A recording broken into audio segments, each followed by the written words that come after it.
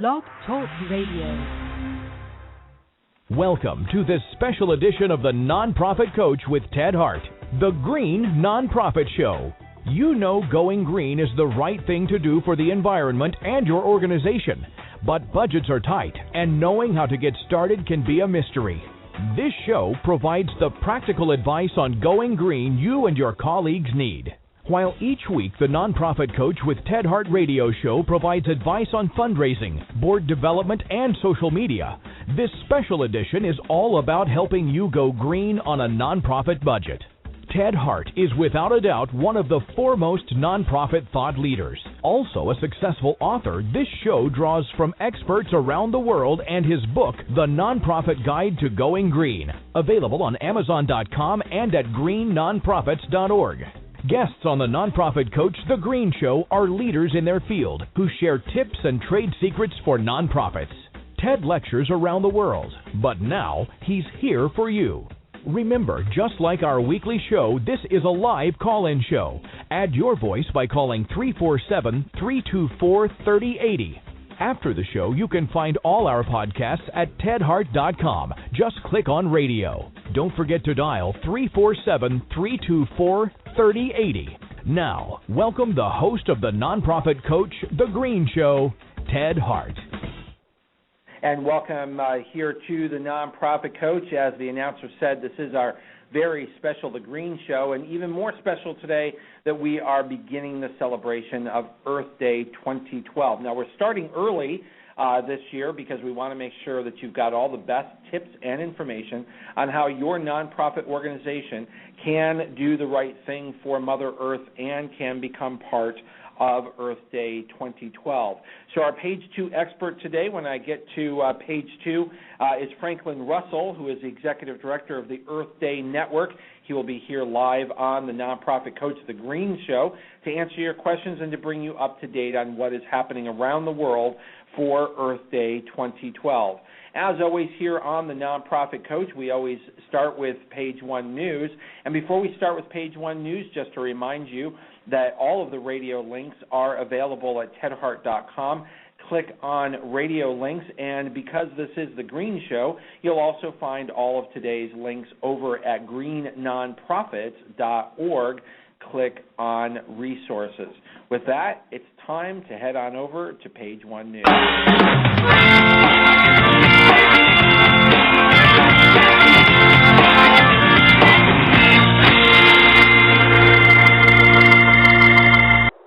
Over here on page 1 news, you'll find that the folks over at Convio have released the 6th annual Convio Online Marketing Nonprofit Benchmark Index Study.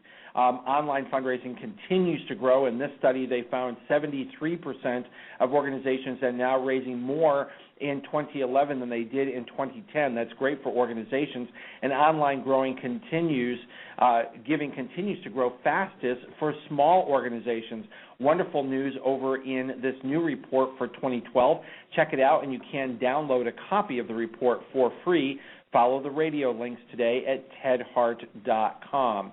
Next up here on the Nonprofit Coach, here on April 10th, 2012, I'm coming to you live from the national offices of the Charities Aid Foundation of America. You can find Charities Aid Foundation of America at cafamerica.org.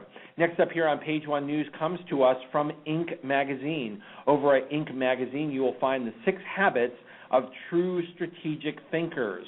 Now, these are people who anticipate, think critically, interpret, decide, align, and learn. Read through this article. It's very well written and gives you some good background on how you might be thinking more strategically for 2012.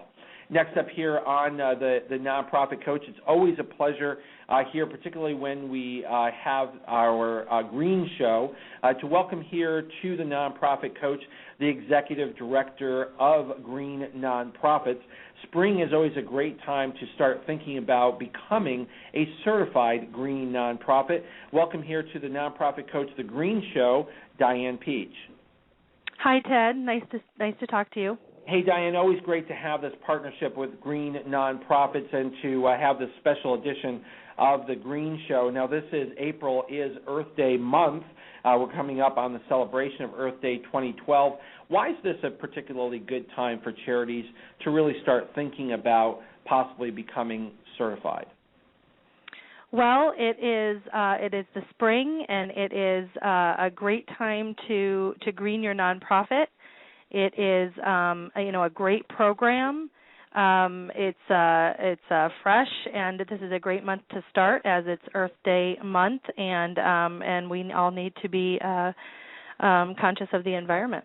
Now, you mentioned that it's fresh. I know that Green Nonprofits has updated the certification process. You can go to greennonprofits.org and click on certification. Can you just tell us a little bit about the certification program itself? Well, as you know, a green nonprofit is a smart nonprofit when it runs successfully, so while protecting the environment, which sustains our economy. By assuming a leadership and environmental stewardship role, green nonprofits will reduce solid waste disposal and promote recycling, become energy and water efficient, purchase products that are less harmful to human health and the environment, minimize pollution, contributions to the environment, help improve indoor air quality, and reduce smog formation. So in an effort to recognize and certify outstanding nonprofits and promote their services, Green Nonprofits has established this program. So, as you said, you go online, you click on the certification application to greennonprofits.org. It's a 100-point system. It runs on an honor system. A lot of organizations already, I'm sure have points already that they need to just get credit for. That's true, as you pointed out. Now, I'm, as my listeners know, I've just recently become the CEO of the Charities Aid Foundation of America. So we have started the process of becoming a certified green nonprofit here for this 501c3 organization. And I know that when we first started out, I think we were able to identify about 50 or 60 points that we had already earned because there were a number of initiatives already going on here. And I think at this point with staff and the work that they've been doing, we're at about 72 points. Now, I understand once we get to 100 points, we can submit our application for review, and if we meet the criteria, we would then become certified. I'm becoming, even more of a user of the system, even though I've been a fan of the certification process for quite some time. You outlined a number of benefits, so I do definitely want to encourage all of my listeners today to be in contact with you at greennonprofits.org to even just read about and check out the certification process, or, as you mentioned, now might be the time to actually start earning those points. Now, Diane, my understanding is there's no charge whatsoever to use the website or to start the process, and there's just a small nominal fee when you submit your application. So, of course, there's no obligation whatsoever.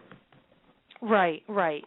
So it's a great tool to use. You can go through the certification, process, and as I said, a lot of organizations already are doing a lot of this. They just need to get credit for it. And then when you get to 100 points, then we review your application, and it goes on your budget size. It's a small fee. And then you can become certified and join the unique global group of superior organizations that are already certified. Well, keep up the great work over at Green Nonprofits. Thank you so much for this partnership on the Green Show. I'm certainly very inspired by the work of Green Nonprofits and appreciate all the work that you folks do over there. So, Diane Peach, Executive Director of Green Nonprofits, thank you for joining us here on the Nonprofit Coach, The Green Show. Thank you, Ted. So back here on Page One News, you'll find over in Page One News from Marketing Sherpa, email marketing delivery rates increased from 60% to 99% by separating inactive subscribers. This is a case study from Marketing Sherpa. You can read all about it, how you might be able to improve the delivery rates of your newsletter. And, of course, using e-newsletters is an important way for you to continue on the path to green your organization. Always nice to bring new folks here on the Nonprofit Coach Show. I want to introduce here Dan Porensky, who is with One with the Earth Project. Dan, welcome here to the Nonprofit Coach, The Green Show. Thank you very much. I'm glad to be here. Now, Dan, one of the important things, and I want to learn a little bit more about One with the Earth Project, but over in our radio links today, folks will find a link to your free conservation eco stickers. Tell us what those are for. There are 6 different stickers. They're waterproof, and they're designed for people. They're free. All you need to do is send in a self-addressed stamped envelope in the form that's on the website. And the subjects are, please turn off the lights, please don't waste paper, please don't waste water, please don't litter, and please recycle. And these I give away, and people use them in their offices, in their schools, in their homes, in order to put them where people are making decisions. In other words, you put the please don't waste paper on a paper towel dispenser, and it works. People put them up, and it reminds everybody who's going there, do you really need that much paper? Do you need the paper at all? Same thing with the lights. The people tell me that when they put these stickers up on the light switches, they find that the lights are turned off more frequently. Well, this is just a terrific service, and of course those little reminders really can go a long way for all the nonprofits today that are listening. They actually can earn 2 points towards certification if they use your stickers, and they put those up in their organization. So a really nice partnership between Green Nonprofit Certification and the One with the Earth Project. So, Dan, what is One with the Earth Project?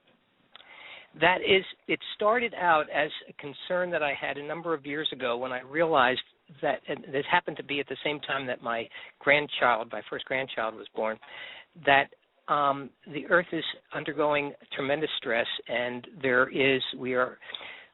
all the environmental concerns are really part of one overarching concern, and that is that we're depleting Earth's resources and degrading them faster than nature can renew them, and that the state of the environment is going downhill.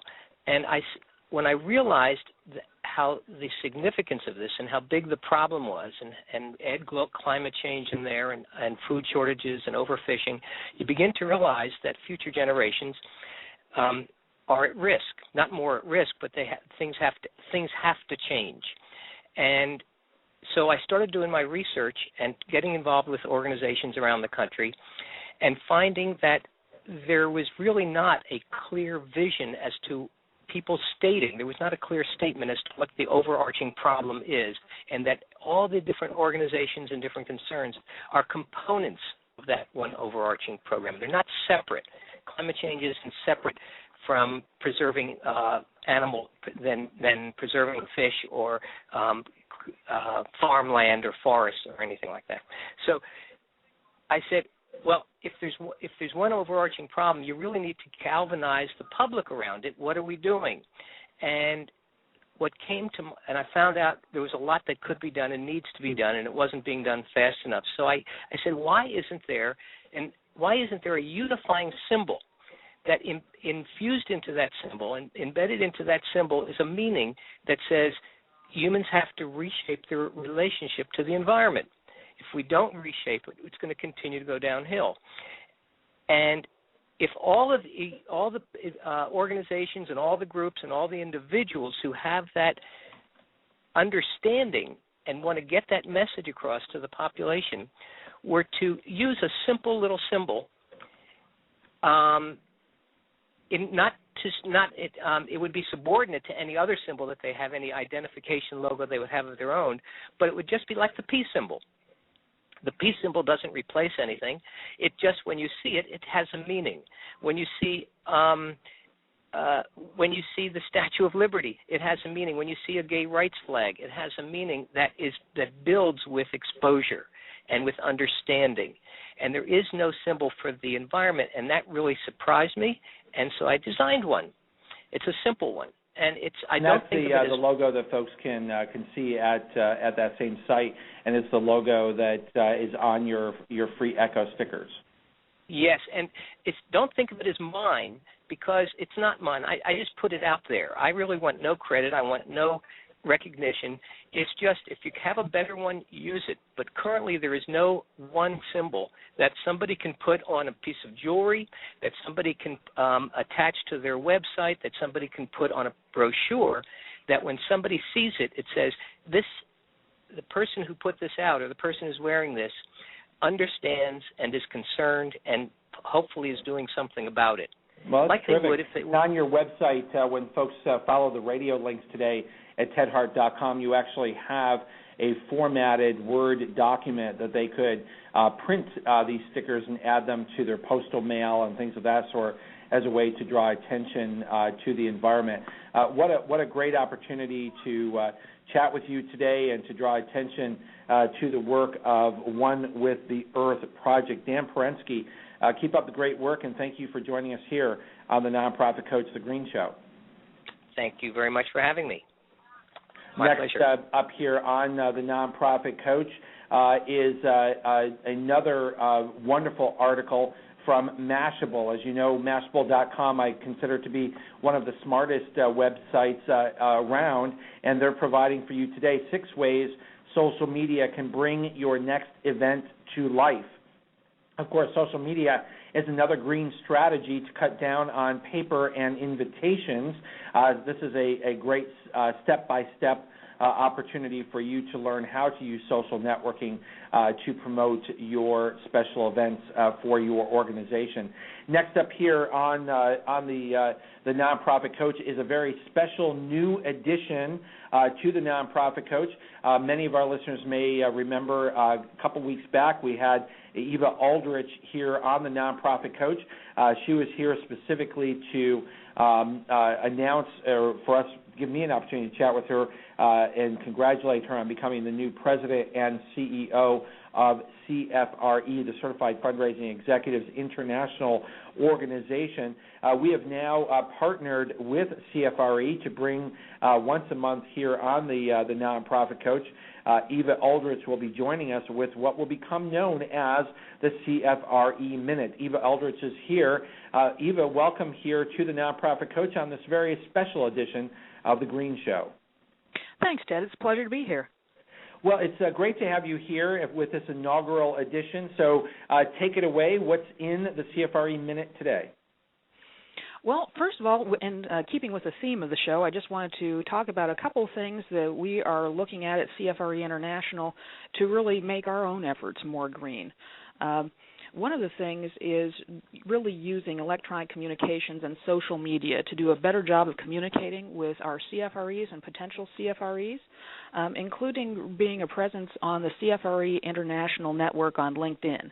And I'd just like to say a real word of thanks to Garvin Maffett and Mark Hindle, the coordinators for that independent group, for really making it, I think, a really special means of communication and a very green one for us to really keep in contact and have a good dialogue going with our CFREs out there. The other thing that we're taking a look at here is how can we use technology not only to be more green, but also to give our certificants a better experience. Because as anyone who is recently certified or recertified knows, right now we've got a pretty paper-heavy process in terms of applications needing to be printed off and mailed in.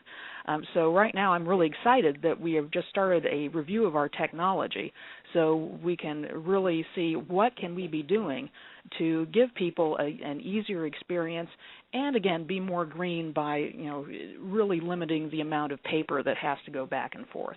Well, that's a wonderful initiative, CFRE, and definitely in keeping with the Green Show here. We think it would be wonderful if CFRE were to become a green nonprofit itself. Any particular plans that you have for Earth Day? I think just continuing that technology review, because one thing I would say with that is that as anyone who has done one of these things knows, it's a long process just because you want to get things right. So I hope to be able to report back to you on next Earth Day that we've succeeded and that we've really been able to make things green at CFRE. Well, what a great goal to set here as we celebrate Earth Day and Earth Day month. Here on the Nonprofit Coach, to set a goal that in 1 year's time to hopefully have all of that in place at CFRE.org. We encourage all nonprofit executives who are listening today to become certified as a fundraising executive, and of course we encourage each of your organizations to consider becoming a certified green nonprofit. Eva Aldrich, President and CEO of CFRE International, thank you for joining us today for the CFRE Minute, and we'll catch you back next month. Thank you. Appreciate it very much. And just one more thing, if I could, for anyone who's going to be going to the North American Youth Development Officers meeting in Pittsburgh, please look for us there. Oh, wonderful. Oh, that's terrific. Give us that one more time. If folks are up in Pittsburgh, when is that taking place? That is going to be, I believe it's the 25th through the 27th of this month. So the North American Youth Development Officers meeting in Pittsburgh.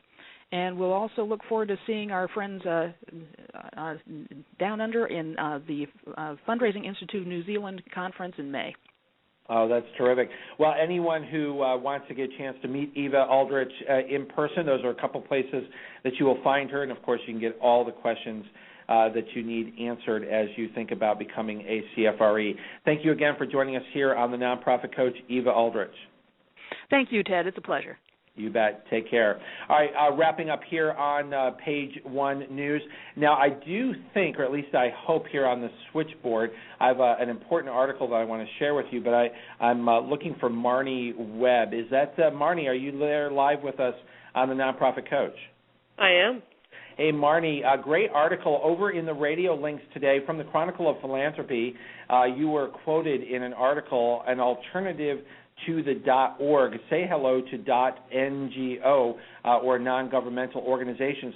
I wanted to bring you on here because, of course, you are one of the foremost experts in technology for nonprofits, co-heading up the group TechSoup Global. Welcome here to the Nonprofit Coach, and what can you tell us about .ngo? Well, I mean, I think right now, it's still very much in process. And I think it's more something to pay attention to at this point than it is something that has a lot of defined substance. And I mean, the domain name obviously has defined substance, but the key thing to pay attention to is how an NGO will be certified to be able to use the domain extension. And I think will this be something that potentially, now this has not officially been launched, right? This is still no. development? Right. Okay. Right. And this is something that potentially, at least the theory is, this would be more policed than .org has become. The idea is that it would be a reserved domain for organizations that actually are NGOs, where .org, has come to mean more, I'm not a business, which is slightly different from being a certified NGO. It could be an similar individual to like a .gov or a .edu. Exactly. You can't just go and register. Exactly. Those are reserved. Exactly. There is a standard for you to be able to register those. Exactly. And I think the question is, the question to me, anyway, is how is that standard going to be policed and be recognized? Because different countries have different ways of, one part of the issue is that different countries have different ways of identifying an NGO. So how is a registration sort of sensitive to that? There are many good efforts that, for whatever reason, don't get registered in a given country, but might be considered to have very philanthropic and community-based aims. How are those considered? And then how do you do it over time? So typically, one buys a domain name in the span of years, right? So I can go in and I can buy a domain name. Sorry about that, for 2 years or 3 years, but I may not maintain my NGO status for that long. So if, as a user of the web, if I think that .ngo means that it's really an NGO, how do I know that? How do I know it still has that status? I think those are all things that can be worked out. Right, and what's the philanthropic but I think it has to be part of a community then conversation. How close do you get to B corporations who may have a philanthropic intent but are also businesses?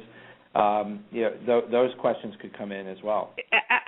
Absolutely. So I think it's, what's the gatekeeping device? How is it sensitive to the needs and desires of the community and the fact that the community is shaped differently in different countries? And then how do you manage it over time? again, if part of the intent is transparency, showing that these organizations genuinely are NGOs, if I've had the domain name, if I was validated 3 years ago when I initially bought the domain name, how do you know that how does a user of the web know I still have that status? Right, exactly. Well, a terrific article. We've provided a link to that over in the radio links today at tedhart.com, coming to us from the Chronicle of Philanthropy. We've also, Marnie, provided a direct link for folks who want to learn about TechSoup Global. So there's a direct link there today. Real quick, what is TechSoup Global? We're a nonprofit organization that's based in the United States. We do work in about 42 countries. We help identify NGOs around the world, understand their technology needs. Based on that understanding, we help get them stuff. A lot of the stuff we get them is donated and discounted products from major corporations. But we also get them answers to their questions via webinars, articles. We do workshops in communities. We do a variety of things to help connect them to the products and expertise that they need. Once we know them and we help them get the tools that they need and the people that we need, we help them optimize their use of their technology so that ultimately they're not just working better and more efficiently, but they're actually able to use technology to help transform the way they're delivering services within their communities. That's really terrific and important work. Of course, we've had several of your folks not only on the Nonprofit Coach Radio Show, but also we've done full green technology shows here with you folks. So wealth of information over at TechSoup and TechSoup Global. Marnie Webb, thank you so much for being my guest here on the Nonprofit Coach the Green Show. Thank you. Have a good day. You bet. Wrapping up here on page one news, it's just a reminder that you'll find over in the radio links today the 2012 Digital Marketer. This comes to us from Experian, and this is a benchmark and trend report that you can download. 91% of today's online adults are using social media regularly. Find out how you can connect with those, and 28% of smartphone owners watch video on their phone in a typical month. These are important trends for you to know and certainly tie in very well with our Earth Day theme for today. So with that, we're going to head on over to page two news.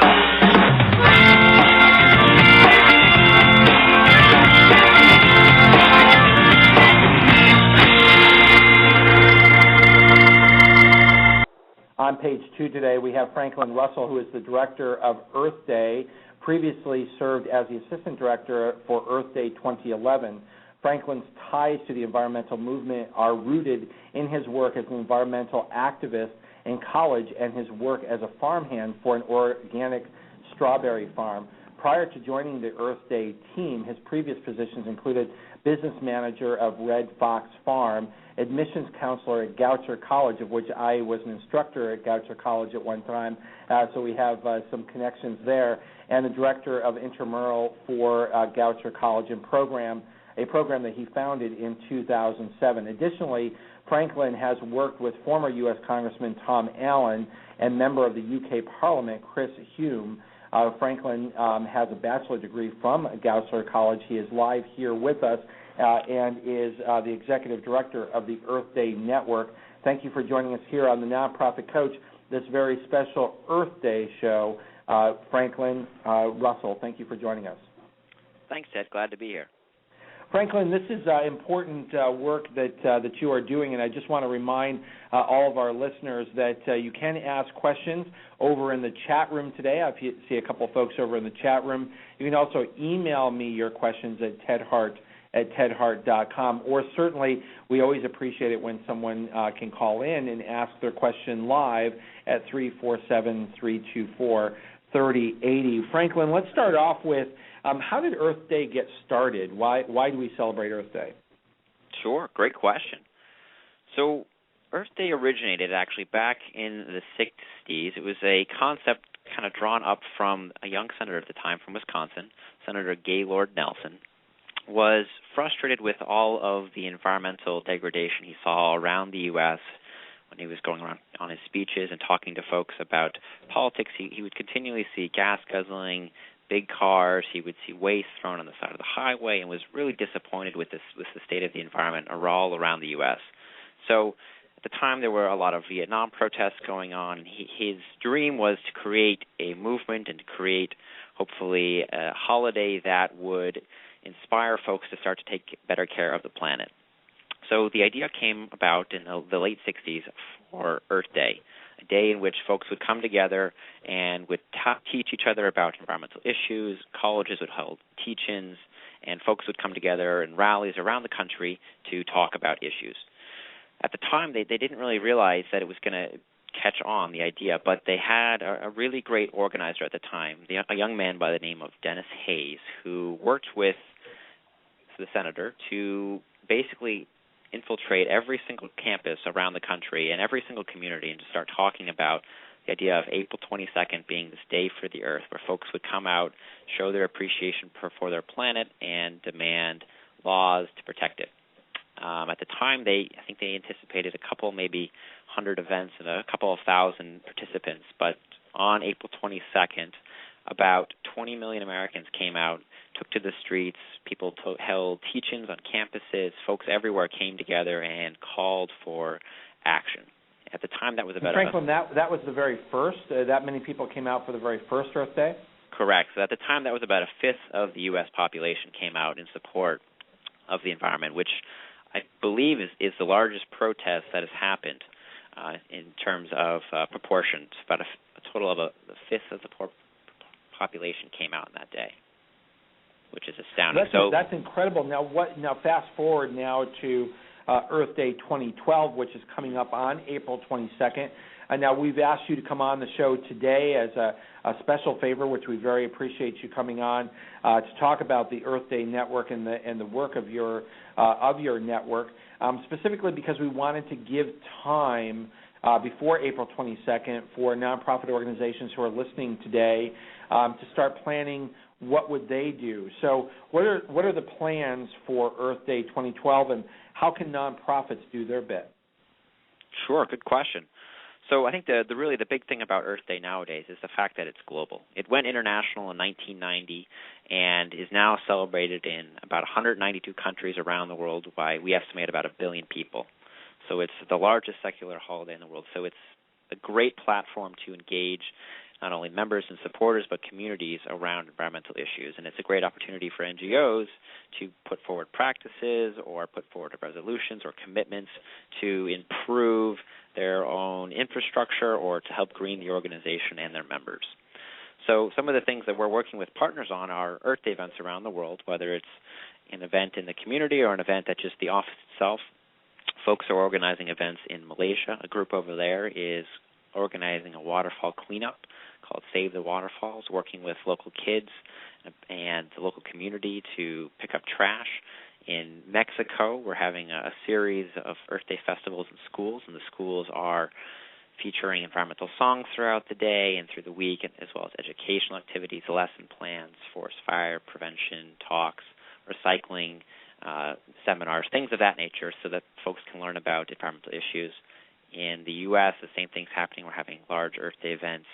Some of our partners are throwing events in San Francisco, Dallas, St. Louis, Columbus, everywhere.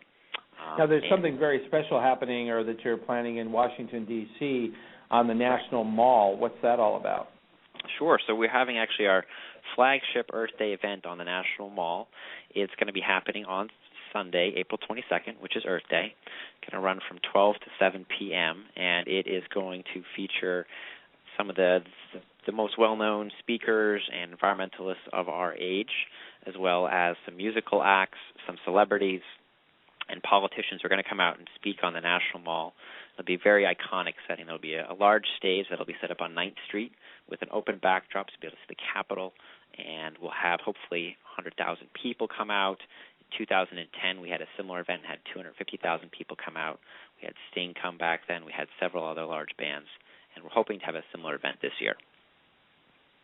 Well, speaking of big numbers, Franklin, when you go to earthday.org, which, of course, folks can go directly there, or we've also provided a link at tedhart.com in the radio links and also in the links over at greennonprofits.org. Click on resources. Please tell me, because it looks like you're approaching a very important number, what are the billion acts of green? And it looks like you're at about 911 million. So you're approaching a billion acts of green. What does that mean? Yeah, it's a very cool campaign. We actually launched in honor of the 40th anniversary of Earth Day, which was back in 2010. And the idea behind the campaign is to celebrate and inspire the individual and organizational initiatives that folks take to benefit the environment. All around the world, people are recycling, people are biking to work, people are in offices, they're installing renewable energy, or they're investing in efficient light bulbs. And they're doing all these little things for the planet, but no one's recognizing those efforts. So we created this campaign to bring together these actions and to show the world that people everywhere are doing their part and that it's a really important issue. So we started about 2 years ago, and to date we've collected more than 900 million acts of green.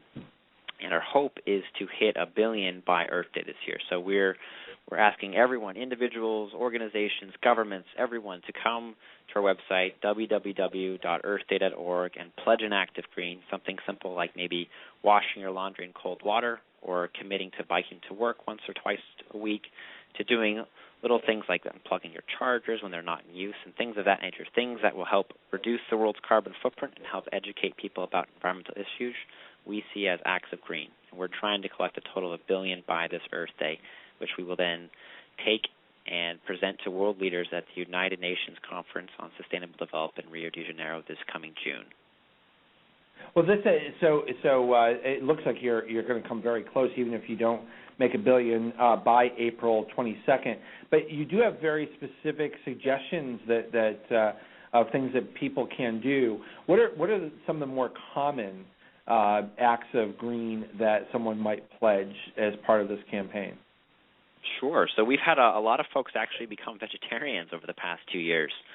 So hopefully that doesn't cause any rifts in families. But a lot of folks have switched to vegetarian or even veganism during these last 2 years as an act of green.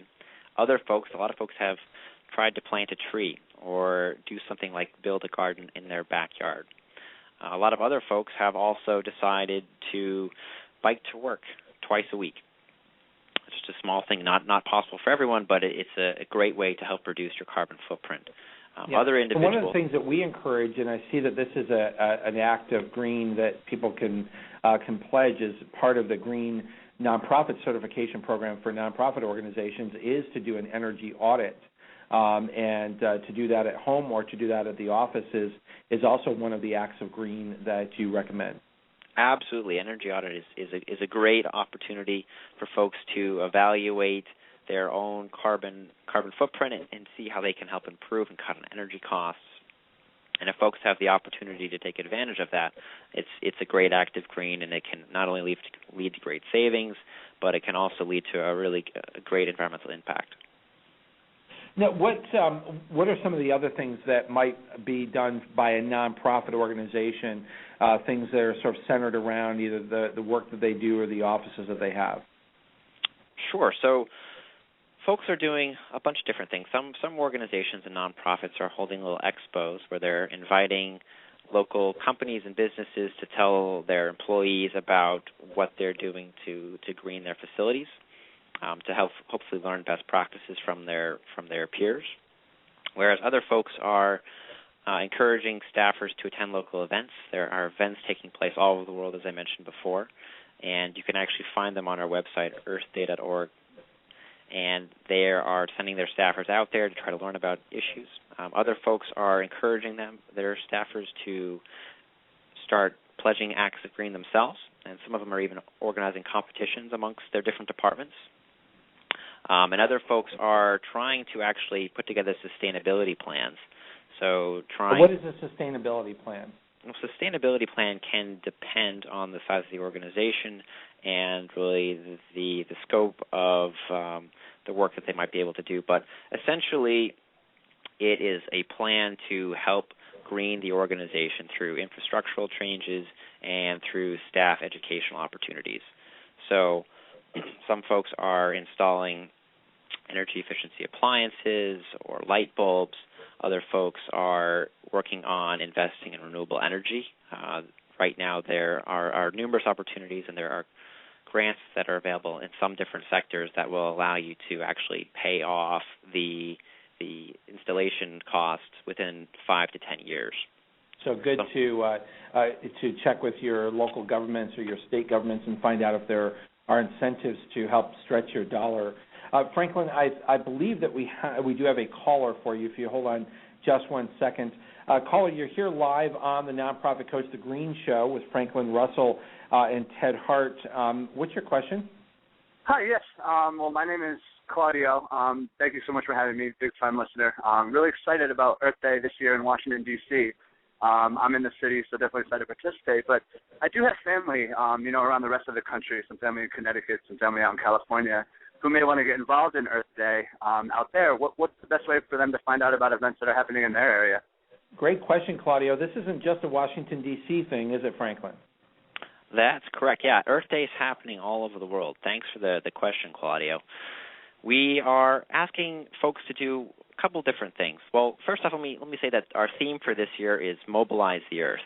The theme is kind of based on the fact that over the past year or so, we've noticed that people all around the world are a little disgruntled with the way things are and are looking for change, whether it's Arab Spring, the Tea Party movement, Occupy Wall Street. Folks are looking for change, and everyone really loves the environment, whether it's their backyard or hiking or the park or the pitch that they play sports on. Everyone loves the environment. So we're asking folks to, let's take that next step. Let's mobilize for the Earth. And we're asking folks to pledge an act of green everywhere, individuals, organizations, and governments, to pledge an act of green, something that they can do in their day-to-day lives that they can commit to that will help benefit the world's carbon footprint and hopefully improve it. In addition, we're encouraging folks to attend local events. So I know that there is a large event in San Francisco in California. There's also one in San Diego. There's one in L.A. There's one in Sonoma. There's one in Santa Rosa, Sacramento, Davis. Pretty much every city in California is having a large Earth Day event. Franklin, how can folks find those events? Where could they find a listing, perhaps? Good question. So everything can be found on our website. We have a toolbar, events toolbar, that pulls all of these events all around the world and actually has a IP address locator that will pull up events in your area once you come into the site. So the URL for that website is www.act.earthday.org. If you go there, you'll be able to find events that are happening in your community, and there are a ton of events happening in Connecticut as well. You'll be able to join one and hopefully help us mobilize the Earth and call for a sustainable future this year. So these acts of green, these pledges that people make are sort of a gift to themselves, a gift to their local community by doing your bit as one individual. Yeah, it's almost like a resolution for the Earth. It's like a New Year's resolution, but it's for the Earth. That's terrific. Franklin, we're going to just take a real quick break here, and when we come back, I was wondering if you would please share with our listeners today what happens after Earth Day. Is this sort of a one-day thing, a one-off thing, or what happens after that? And we'll be right back after this reminder. Remember, our podcasts and archives are always available 24 hours a day at tedhart.com. Click on Radio Links. If you're listening live today, the phone lines are open. Call in and ask a question by dialing 347-324-3080. Now, back to the Nonprofit Coach with Ted Hart. Franklin, we're back. What happens after Earth Day? Great question. So every year Earth Day happens on April 22nd, and then we've got a whole year to wait. However, this year there's something that's coming up in June that is really quite huge within the environmental community and really within the international community that is directing a lot of our attention to it, and that is the United Nations Conference in Rio de Janeiro, which is on sustainable development. It's a once-in-a-generation conference. The first one was in 1992. There was one in 2002, and there's one now this year. And really, it's a conference for world leaders everywhere to come together and to discuss environmental issues and how we can move forward on building a sustainable future for the planet. So in 1992, this really sparked, again, the environmental movement, and worked into the Kyoto Protocol rule of the law that a lot of countries signed on to. The U.S. did not, unfortunately. But in June this year, on June 21st and 22nd, there will be a similar conference happening in Rio de Janeiro where world leaders will come together and discuss the next steps that we need to take in order to secure a sustainable future for our planet. So what we're doing after Earth Day is once we mobilize the planet and we get these millions and millions of people around the world to come together to share their voices, we're going to hopefully take that one voice that we'll put together and all these acts of green, and then we will go to Rio de Janeiro and we will present the accomplishment of 1 billion acts of green to world leaders, and we'll show them that people everywhere are doing their part for the planet and that it's really critical that we take some kind of action to protect our future now by investing in renewable energy technology, by investing in energy efficiency, and by doing the small things to protect our planet at home. Now, Franklin, let's go focus back on our audience today. I mean, you have this global conference, which hopefully is going to do what it's done in the past, and that's sort of reignite people's interests in the planet, in the environment. Bring that home for a charitable organization, might even be a smaller organization that has a small budget.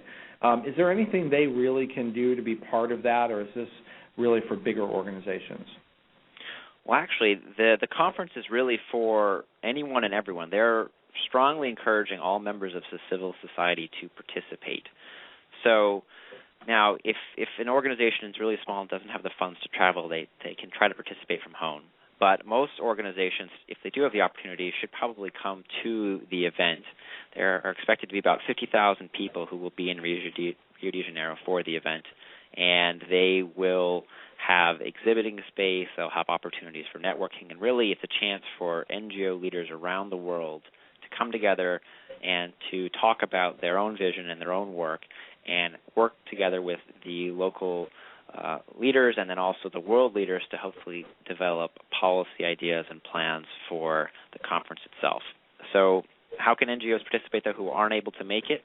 Well, if they aren't able to make it and aren't able to get accredited for the conference, they can work on mobilizing their own audience and activating their network of supporters to let their leaders know that we want some kind of action at this conference. So, sending out Facebook posts, Twitter tweets, and maybe a blog or something like that they'll be able to find on our website and other organizations that will hopefully galvanize the environmental movement once again, and if we get enough support, will lead world leaders to adopt some kind of international policy to protect our future and to protect the planet. Now, so one of the things that they can do is actually urge their governments to support or to become involved. Help me understand, from different countries and from different perspectives, how might someone do that?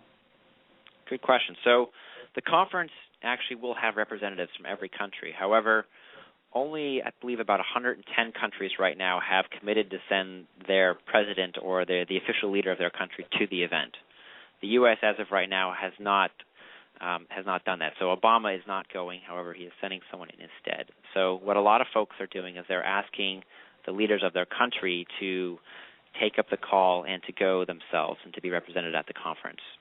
So to find a full list of which leaders are attending the conference, you can go and check it out online. There are a couple of different places on our website, as well as National Resource Defense Council, and a few other organizations have lists of all of the countries who are participating and which elected leaders are going to be there. So every country will be there in some capacity, but we want the elected leaders, we want the presidential figures, we want the prime ministers to be present, because if those leaders are there, there's a much higher chance that we will get something really prominent to come out of the conference and hopefully an immediate action plan that will be implemented within the next couple of years. And what do you expect your organization's role to be in the conference?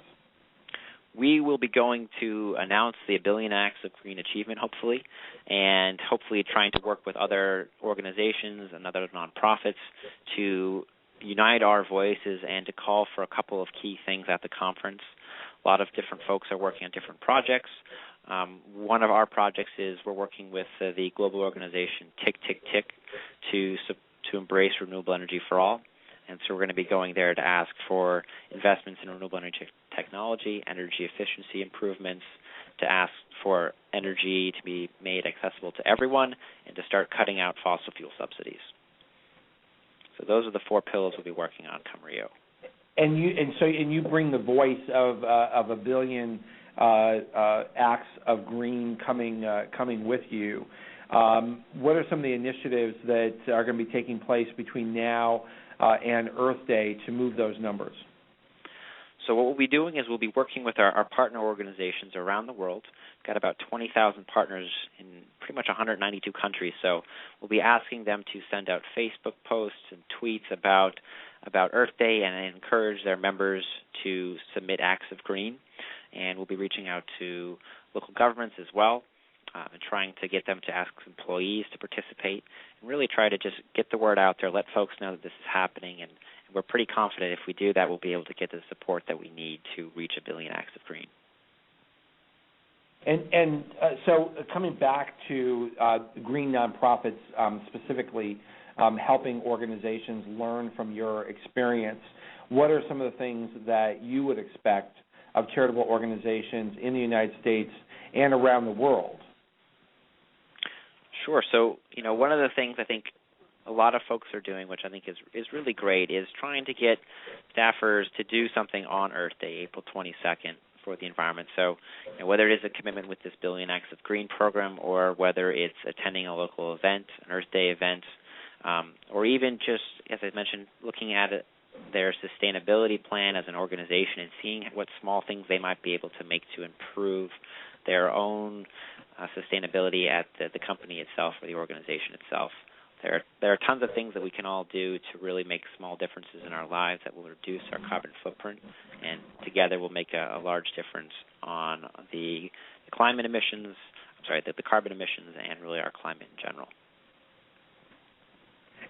So I'm looking at some of the work that you do, and of course folks can join you in the Billion Acts of Green and join you in your work at earthday.org, and that represents the Earth Day Network.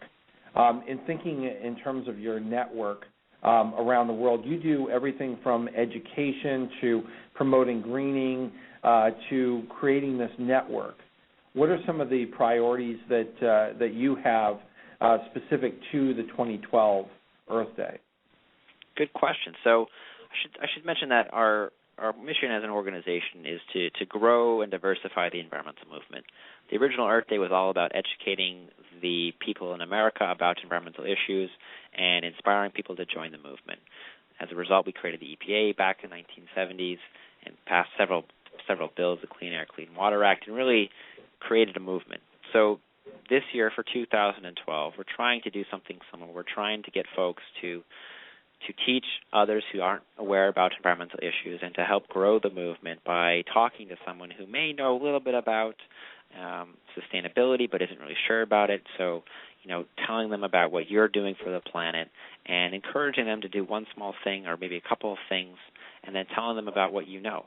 And if you do those things, and if we work on educating folks, and if we work on each doing a little bit of action ourselves, the implication will be enormous, and we will really be able to start to influence change not only at a local level with government, but also on a personal level with our own day-to-day actions. And in doing that, now I just want to jump back to some of the things that you noted as accomplishments in the past, the creation of the EPA and standards for water and things of that sort. Those seem to be under attack right now. Is 2012 about protecting what we have, or is it about moving towards the future? I think 2012 is about making environmental issues once again prominent within public discourse. We've seen over the past couple of years that environmental issues have started to take a back seat for world leaders, for local leaders here in the U.S., and for a lot of folks. And it's a bit disheartening for people like me who are really invested in the environment. So I think in order for us to protect sustainability and to protect our planet and to move towards a sustainable future, we need to make environmental discourse, again, at the center of all conversations when it comes to creating laws, and when it comes to education. It should really be discussed, I think, everywhere. We've only got one planet, and it's best to do the best we can to protect it and to make sure that it's available for generations to come. Well, I certainly agree with you, and I think that every nonprofit organization listening today, regardless of where they might be located, have not only the opportunity to make a difference, but really an obligation as a member of their community to make a difference. So how do we all come together with this voice? I noted on your website, and I'm guessing that it's a bit of a rallying cry for you, where you have the bumper sticker that says, "It's the green economy, stupid." Where does that fit within the sort of the rallying cry for Earth Day 2012? Well, that's a good question. That actually was an idea that one of the folks on our team had. It was from a quote back in the day. It's the economy, stupid, and it was trying to take a funny twist on that and bring in environmental issues. And to joke that really now the environment is really about the green economy. I'm sorry, the economy now is really the green economy, and that's our future. So there are a bunch of different ways that folks can get involved, and that's just kind of a fun way to remind folks around the year that environmental issues are important and to stay engaged. There are tons of different ways for folks to get involved. I think the best thing to probably would do would be to come to our website, earthday.org. Check it out, learn about 2012, learn about the theme Mobilize the Earth, learn about some of the many great campaigns that we're doing in communities, whether it's with the athletes community, the arts community, the faith community, the schools around the country and around the world, or some other group that you might be interested in. Come to the website, earthday.org/2012, and learn about it, and hopefully you can join the movement, and together we will unite the Billion Acts of Green. We will pull together all of the events that we find, and we will show world leaders that people everywhere really do care about the environment, and we'll try Franklin, very quickly, in just a few moments that we have left, I'm just wondering, what advice would you give to someone who's listening today, who believes in everything that you're talking about, wants to become part of it, but finds some resistance either with their administration or with their boards of directors? A couple quick tips that you might have for overcoming those objections. Sure. So within organizations, I think the big thing that a lot of folks are able to use as to persuade their directors or whatnot to get on board with the program is to look at the financial benefit. The financial benefit of going green is really, it's undeniable. If you look at energy savings and other issues like health issues, you'll find that pretty much across the board that going green will benefit the organization financially. And I think for a lot of folks that will hopefully provide the necessary incentive to take action. There is usually a large startup cost, but quickly within, as I said, 5 to 10 years, you can oftentimes start growing, and that becomes an investment, and the money will come back, and you will. But wouldn't you agree, Franklin, that there's a lot of things that people can do that don't necessarily have to cost a lot of money, that they can take baby steps before they make big investments? Absolutely. Yeah, I think that's a good theme. Franklin Russell, Executive Director of the Earth Day Network. Before I let you go today, how can folks connect with you? How can they learn more from you? Of course, we've already provided a link in the radio links today for the Earth Day Network, but how can they connect with Franklin Russell? Sure. Well, anyone's more than welcome to send us an email, earthdayteam@earthday.org, or you can shoot me an email at my personal email address at the organization, russell@earthday.org, russell@earthday.org. We're getting a ton of email this time of year, so I apologize if I don't get back right away, but I will be looking forward to your emails, and I will respond as soon as I can. Well, extremely important work that you for the Earth Day Network. Why don't we round out the show here today by just telling us, how will you be celebrating Earth Day?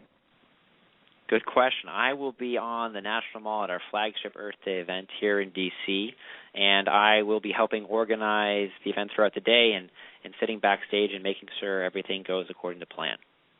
That's terrific.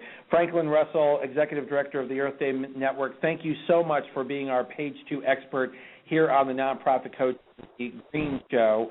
Thank you for joining us. We'll catch everybody back here next Tuesday at 12 noon for the 10th anniversary of Charity Navigator. Catch you next week. You've been listening to the Nonprofit Coach Radio Show with Ted Hart. Tell all your friends to check out our production schedule and download our iPod and iPad-friendly podcast at tedhart.com. Thanks for listening to The Nonprofit Coach.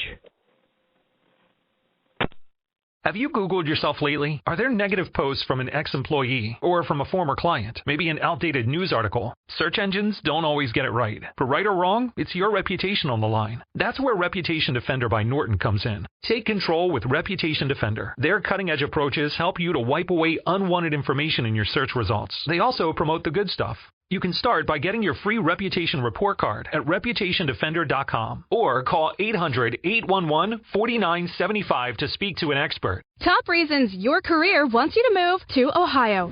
So many amazing growth opportunities, high-paying jobs in technology, advanced manufacturing, engineering, life sciences, and more.